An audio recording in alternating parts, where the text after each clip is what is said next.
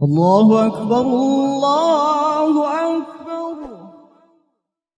نحمده ونصلی علی رسولہ الکریم، اما بعد، اعوذ باللہ من الشیطان الرجیم، بسم اللہ الرحمن الرحیم۔ فضائل نماز میں سے ہے، نبی اکرم صلی اللہ علیہ وسلم کا ارشاد ہے کہ جو شخص 40 دن اخلاص کے ساتھ اسی طرح نماز پڑھے کہ تکبیر اولا فوت نہ ہو تو اس کو 2 پروانے ملتے ہیں، ایک پروانہ جہنم سے چھٹکارے کا، دوسرا نفاق سے بری ہونے کا۔ فائدے میں شیخ الحدیث لکھتے ہیں، یعنی جو اس طرح 40 دن اخلاص سے نماز پڑھے کہ شروع سے امام کے ساتھ شریک ہو اور نماز شروع کرنے کی تکبیر جب امام کہے تو اسی وقت یہ بھی نماز میں شریک ہو جاوے، تو وہ شخص نہ جہنم میں داخل ہوگا نہ منافقوں میں داخل ہوگا۔ منافق وہ لوگ کہلاتے ہیں جو اپنے کو مسلمان ظاہر کریں لیکن دل میں کفر رکھتے ہوں، اور 40 دن کی خصوصیات بظاہر اس وجہ سے ہے کہ حالات کے تغیر میں 40 دن کو خاص دخل ہے۔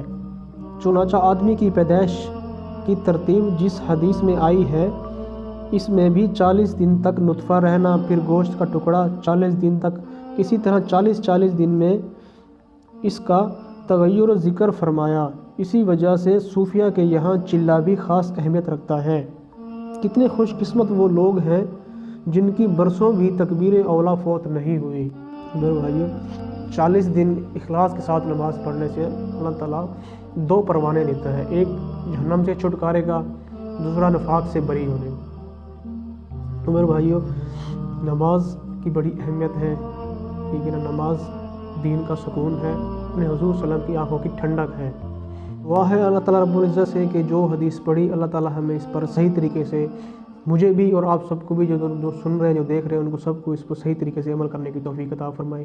اگر ویڈیو اچھی لگے تو چینل کو سبسکرائب ضرور کریں، اس سے ہماری بھی حوصلہ افزائی ہوگی کہ ہمیں کمنٹ سیکشن میں آپ ضرور بتائیں۔